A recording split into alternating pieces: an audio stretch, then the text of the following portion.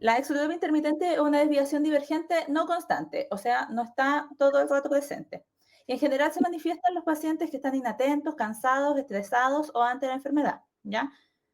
Puede manifestarse también cuando los pacientes se exponen a la luz brillante, con fotalgia o con reducción de la apertura palpebral de un ojo, o sea, como que guiñan un ojo ante la luz.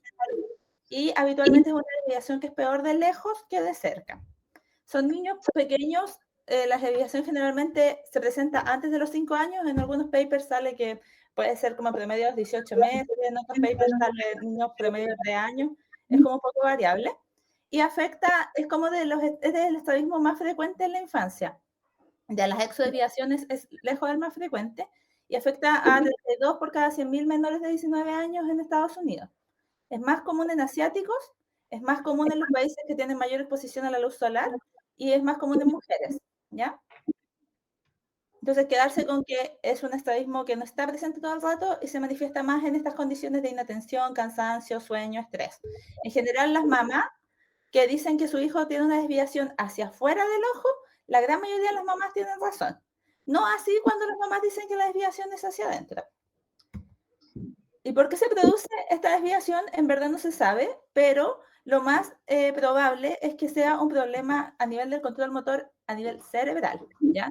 Entonces, hay la etiología desconocida, pero son mecanismos neurológicos que se asocian a una fusión que es insuficiente. También se describió en un principio que la CAA alta podía tener relación, sin embargo, eso no necesariamente es así. Se asocia a algunos errores refractivos con mayor frecuencia que vamos a conversar más adelante y a factores genéticos, ¿ya? Pero en general el concepto es que los ojos se desvían porque hay un problema a nivel como cerebral del impulso que controla los ojos y no es un problema específicamente del ojo.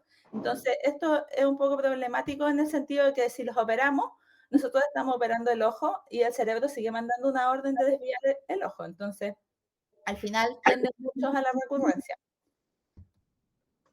Entonces, para partir, quiero como conversar un poco sobre sensorialidad. Hay dos conceptos que son un poco difíciles de entender, que es la oróptera y el espacio de Panum.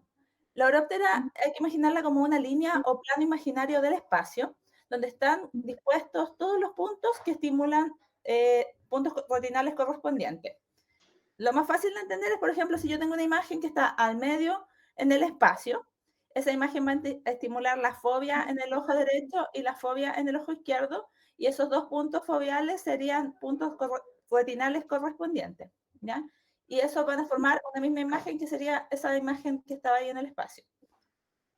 Y además está el concepto de espacio de Panum, que es un concepto más tridimensional, que es el espacio alrededor de la oróptera, donde están todos los puntos dispuestos en áreas que estimulan las rutinas correspondientes, ¿ya? Entonces, todos los objetos que están dentro del espacio de Panum tienen un potencial de ser fusionados y permitirían una visión binocular, ¿ya? No así los espacios que están fuera del espacio de Panum. Y por eso se produce a veces, por ejemplo, que si uno mira, por ejemplo, Melania, estoy ocupada. Pues fuera de Melania, siendo Melania, perdón. ¿Ya? Entonces, si uno mira, por ejemplo, su dedo en el cielo, el dedo se ve bien, pero el espacio que está en el cielo se pueden ver las nubes como un poco dobles. Eso es porque las nubes caerían fuera del espacio de Panum, y eso es como un área de diplopia fisiológica, ¿ya? Entonces, hay un fenómeno que ocurre en los niños, que es la supresión.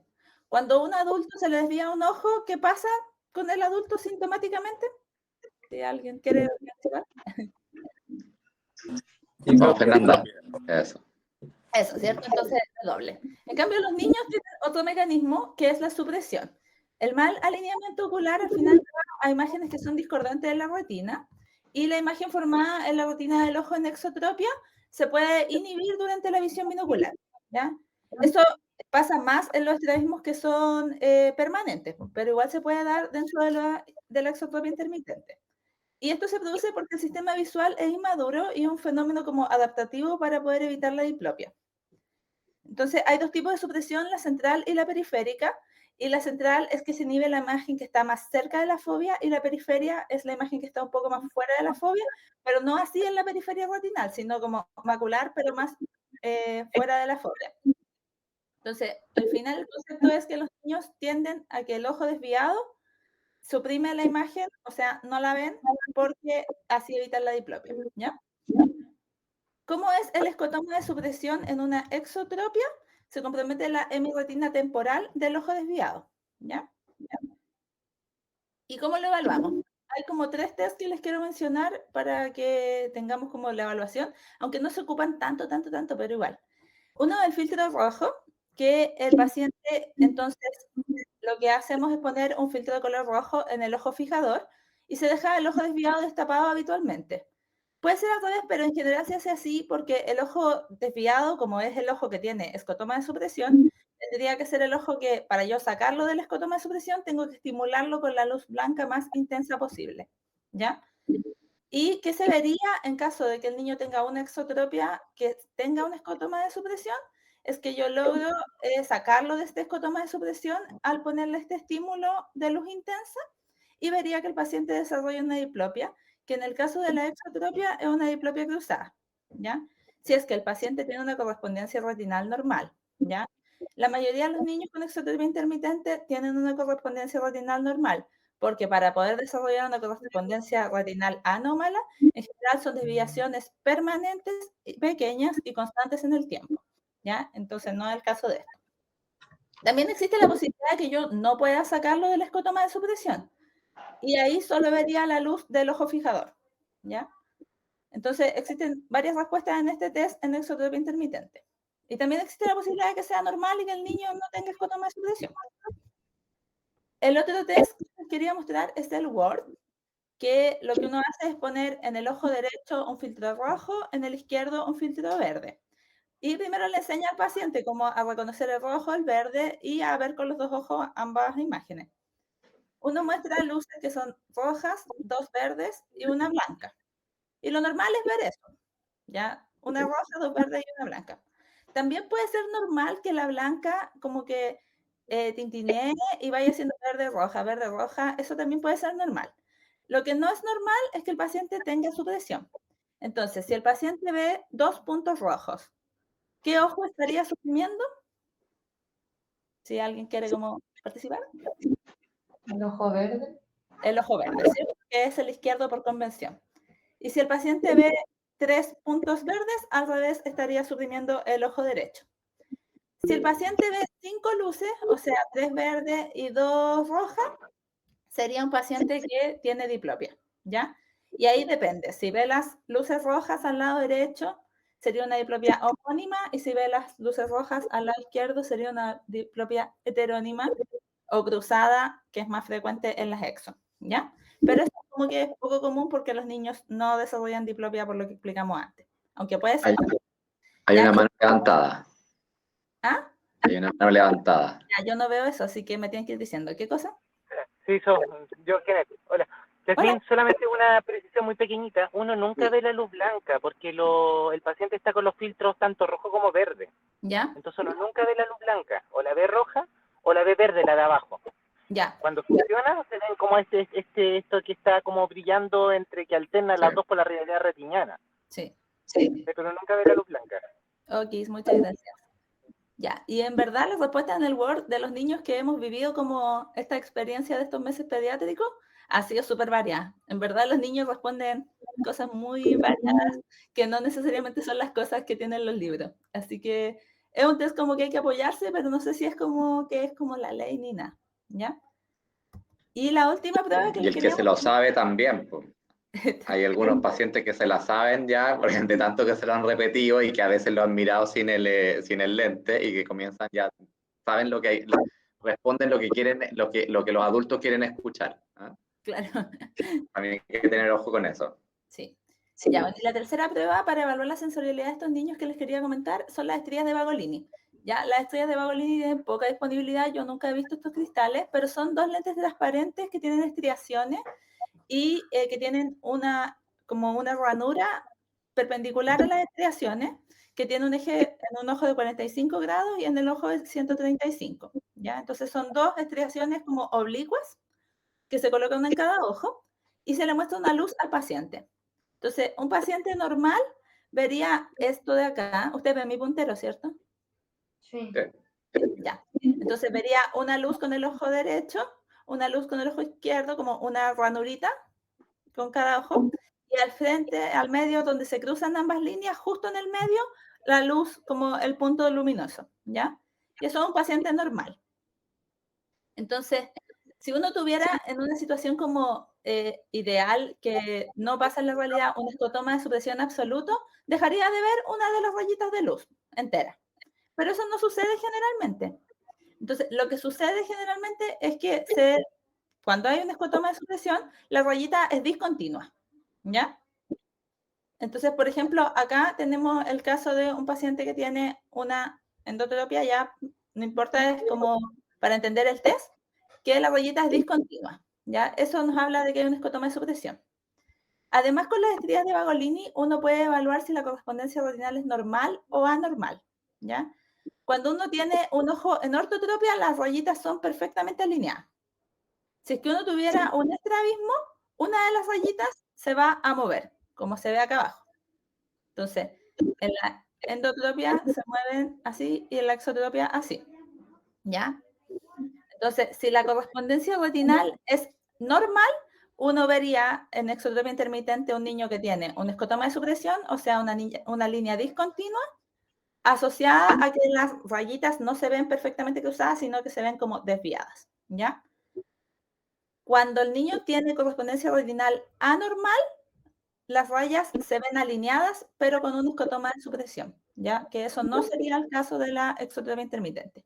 Pero es bueno que sepamos como que existen las estrías de Bagolini porque es la mejor forma de evaluar si existe correspondencia retinal anormal y además de evaluar escotomas de supresión pequeños, ¿ya? Jazmín. ¿Ah? El doctor Montesino, ¿o no? Dele. Está silenciado, doctor. Tiene que... Pablo, está silenciado.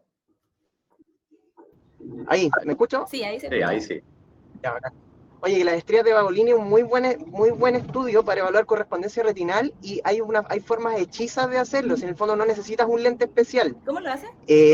Basta con 2 lentes transparentes, ¿Ya? o sea, 2 lentes planos, y esta es una forma súper sucia quizás de hacerlo, pero en el fondo como que ocupas como la grasa de la frente y pasas el dedo por el lente en un sentido, y los dos los orientas en sentidos diferentes, y eso va a producir un haz de luz tal como lo producen las estrías de Bagolini. Finalmente es como unas varillas de Maddox, pero mucho más tenues. ¿Me explico, no? Sí. Para que lo intentes ahora cuando estés en el policlínico, agarra 2 lentes neutros, te pasas como la grasa del dedo, una cosa así, y te vas a fijar que la luz en el fondo se difracta en el fondo de tal manera de que se ve en el fondo como una línea, ¿ya? Y eso son las estrías de Bagolini, no es más complejo que eso. Buenísimo. Buen tip. Gracias. Ya, bueno, después siguiendo con la evaluación del niño que tiene exotropia intermitente, hay que medir la agudeza visual, ¿ya? Pero típico que uno llega a la consulta y como que le tapa un ojo a la gente y le empieza a preguntar las letras. En este caso, eso no es una buena idea, porque cuando yo le tapo un ojo al niño, estoy disociándolo y después, si yo quiero evaluar la sensorialidad y quiero evaluarle la estereopsis, me va a salir peor de lo que el niño es. Entonces, lo primero que hacemos es tomar la agudeza en binocular, ¿ya? Entonces, uno le toma la agudeza visual en binocular, después evalúa la estereopsis y después evalúa las pruebas sensoriales y después de que ya eso esté como evaluado, le tapa un ojo y le evalúa en monocular la agudeza visual. En general, como la desviación es intermitente, la agudeza visual es buena, ¿ya? La ambliopía es poco frecuente, se reporta en un 4,5% de los casos. Lo que sí, hay alta prevalencia de miopía en los niños que tienen exotropia intermitente y eso está estudiado, ¿ya? Con respecto a la estereopsis, habitualmente la estereopsis de cerca es normal en los niños que tienen una exotropia intermitente controlada, porque como les decía, la mayoría del tiempo están alineados, entonces eso desarrolla visión binocular. Sin embargo, hay un porcentaje que tiene estereopsis reducida y eso se asocia a síndrome de monofijación, que no es tan infrecuente, ¿ya? Que se presenta como en un 20% de los casos, ¿ya? Entonces, ¿por qué se logra la estereopsis al final? Como los ojos tienen una pequeña separación, los ojos no están juntos, sino que tenemos 2. Los objetos que están cercanos estimulan puntos correspondientes retinales que son levemente dispares, o sea, no es como el punto exacto en cada retina, sino que son relativamente cercanos. Eso genera que las neuronas puedan percibir como el espacio de Panum como un espacio tridimensional de profundidad y hay neuronas que al final entregan esta imagen como tridimensional de profundidad. ¿Ya? Entonces, ¿cómo la medimos? En general, nosotros medimos la estereopsis de cerca, que es con el TITU, pero en general lo que se podría alterar en exotropia intermitente es la estereopsis de lejos, que no la evaluamos tanto, pero que quizás deberíamos evaluarla. Con el test de Randall o con el Frisbee, y hay muchos más, pero dicen que el Randall es el que tiene mejor sensibilidad, ¿ya? Entonces, no la evaluamos mucho, pero la de lejos podría estar alterada en los niños que tienen exotropia intermitente. ¿Cómo hacemos el diagnóstico? Hay que hacer un cover test, que es el tan intermitente, el alternante, el prisma cover test, ¿ya? Entonces, ahora voy a ver si me funciona la tecnología, porque vamos a ir a ver el simulador de la academia de exotropia intermitente. Espérenme. Entonces, este no, porque es de prueba, no quiero este. ¿Ven mi pantalla, cierto? Sí, sí se ve. Ya, yo lo tenía por aquí. Ya, entonces.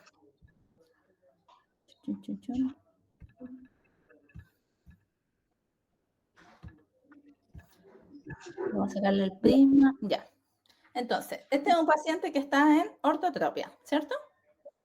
Entonces, primero vamos a hacer el prisma, o sea, el cover test intermitente. Con un oclusor, uno le dice al paciente que fije primero un objetivo lejano, que en general es como 2 líneas de visión más abajo de la visión que el paciente tiene. Tapamos un ojo, permitimos la visión binocular y tapamos el otro, ¿ya? Ese es en el intermitente, ya sé. Tapamos un ojo, visión binocular, el otro, ¿ya? Y en el alternante, tapamos un ojo, no permitimos la visión binocular y rápidamente saltamos al otro, ¿ya? Entonces, y después viene el prisma cover test. Vamos a hacer que el monito haga una desviación. Entonces le vamos a pedir que haga una exotropia de 30, ¿ya? Entonces, vamos a partir con el intermitente. Tapamos un ojo y vemos que el ojo que estaba desviado, porque ya sabemos cuál es un simulador, va desde afuera hacia adentro, o sea, tiene una exotropia. Permitimos la visión binocular, se nos va hacia afuera. Después tapamos, por ejemplo, aquí evaluamos el ojo derecho, tapamos el ojo izquierdo y nos damos cuenta que el ojo derecho no genera ningún movimiento de refijación porque el ojo derecho está sano.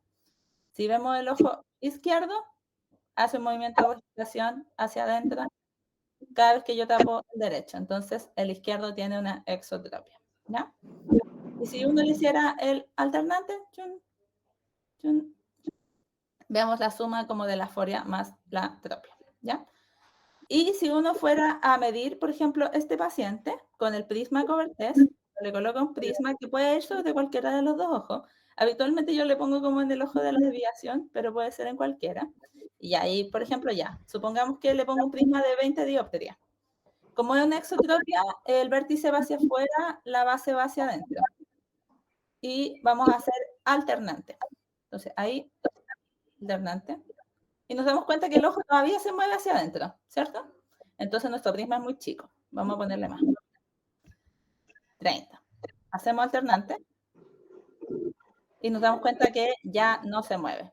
Uno debería pasarse. Entonces yo le pongo 35. ¿Qué pasa si le pongo 35? El ojo cambia y ahora se me mueve en el sentido contrario. Entonces ahí me pasé y la desviación del paciente era 30. ¿Ya? Entonces, este es como el simulador de la academia de cover test. Vamos a volver acá. Ahí la ven entera, ¿cierto? Sí. Sí. ¿Qué pasa si yo le hice todo el cover test, todo, y el paciente sigue alineado? Bueno, uno podría como seguir buscando la exotropia intermitente porque la mamá tiene razón y que el niño desvía, y uno podría ponerle un parche por 30 o 40 minutos y después evaluarlo. Podría llevar al niño a mirar de lejos o hacerlo mirar por la ventana de la consulta de lejos, o podría sacarlo a ver el sol, que son algunas medidas que hacen que como que aparezca la atropia. Pero en general depende un poco como si la atropia es tan chica que yo no la puedo hacer aparecer, en general no es un motivo de preocupación, ¿ya? Entonces aquí les quiero mostrar un estudio de estrabismo, solo para que vean como la vida real. Este es una paciente que tenía 7 años, sana, ve 20/25 en ambos ojos y tiene estrabismo divergente intermitente hace 2 años, ¿ya? había tenido parche alternante hasta ahora como tratamiento. Entonces, en el cover test tiene una exotropia izquierda que alterna con una exotropia derecha. La motilidad es normal. En general, los niños con exotropia intermitente tienen motilidad normal. Puede haber patrones alfabéticos o puede haber hiperfunción de oblicuos, pero eso no es tan frecuente en este tipo de estrabismo. Y tiene una buena convergencia, ya con un punto próximo de convergencia de 6 centímetros. Tiene estereopsis buena, ve la mosca, los animales y el círculo es del 1 al 6, ¿ya? Y en el Word, respuestas confusas, o sea, nada que nos sume ni nos reste. En el filtro rojo funciona, aunque en algunos momentos tiene diplopia cruzada, lo cual es bien concordante con la exotropia intermitente. Y en la amplitud de fusión se disocia. Y estas son las medidas que en verdad quiero como que veamos. Cuando uno denota una exotropia, la denota con signo negativo.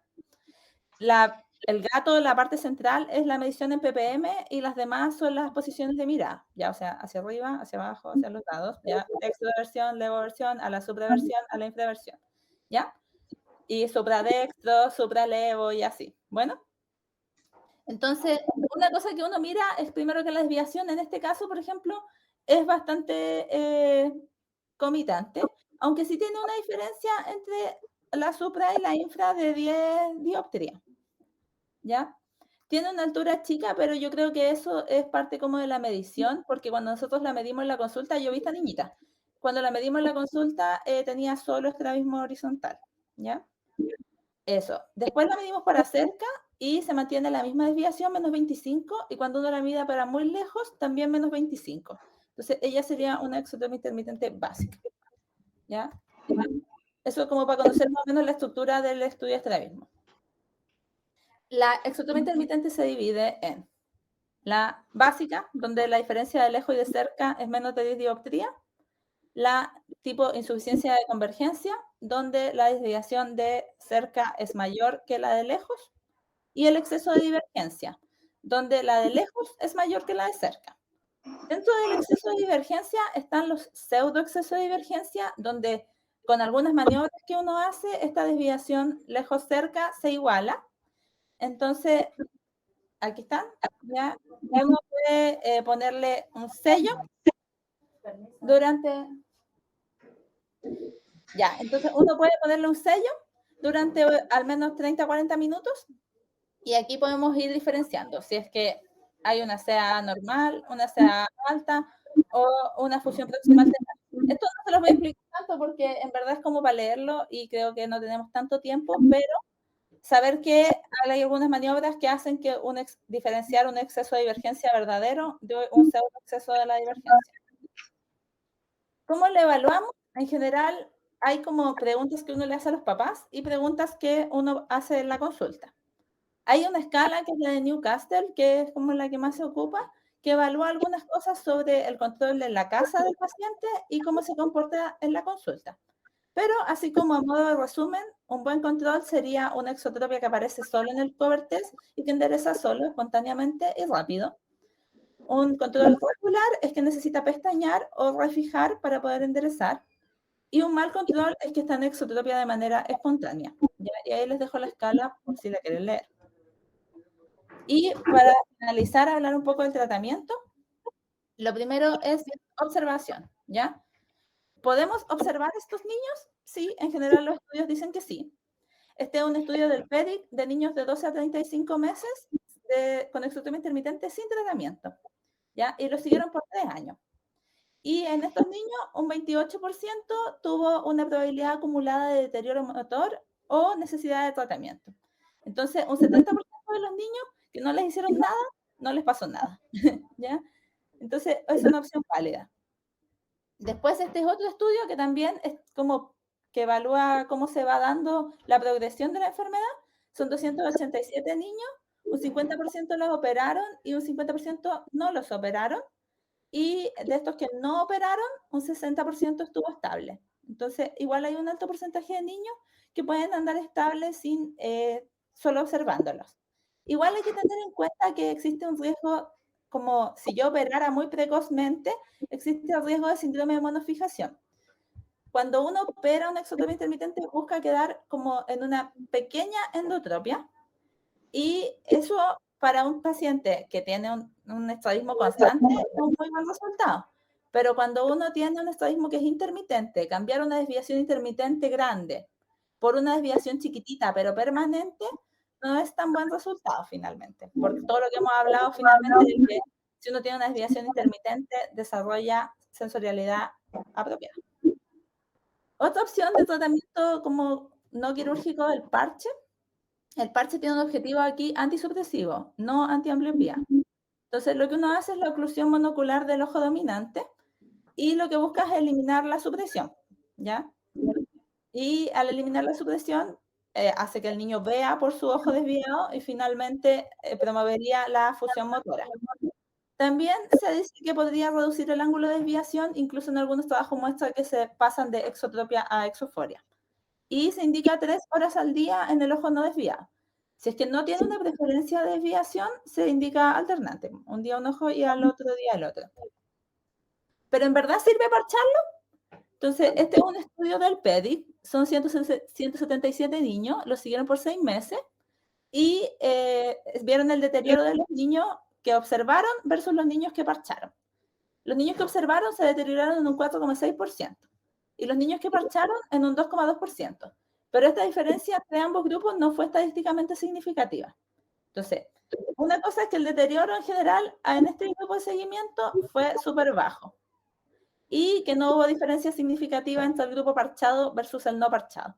Así que la evidencia no sería suficiente para recomendar el grupo de para recomendar el parche. ¿Bueno? Pero de todas formas la gente los parcha, como que se intenta hacer algo, pero teniendo en cuenta de que la evidencia todavía no es fuerte y que diga sí o sí hay que parchar a estos niños. Otra opción son los lentes, ¿ya? La corrección del defecto refractivo genera que se mejore una agudeza visual y eso hace que el estímulo visual sea normal entre ambos ojos, lo que lleva a tener un mejor control motor y a fusionar la imagen. Entonces, si uno tiene miopía o astigmatismo, debería tratarlo, porque estos defectos generan una disminución de la convergencia acomodativa. Entonces, al tratarlo, mejora la agudeza visual y pueden fusionar. Las anisometropías también deberían tratarse, porque aparte que tienen un riesgo de ambliopía, tener un ojo anisométrope genera que ese ojo tenga un estímulo visual que es anormal, y los ojos que tienen estímulos visuales anormales disminuyen la función sensorial y motora. Por último, la hipermetropía sería como el único defecto que podríamos decir no corregir. Si la hipermetropía es leve a moderada, podría no corregirse con el fin de promover la convergencia acomodativa de este paciente. Pero si uno tiene una hipermetropía que es visualmente significativa o que tiene riesgo de ambliopía, debería corregirla, ¿ya? Entonces, si es leve moderada, uno podría decir, no le dejo el lente para que este niño que tiene más 2 dioptrías haga que los ojos tengan una convergencia acomodativa y no se le desvíen estos fuertes. Otra opción son los over-minus, que se ocupan habitualmente preescolares.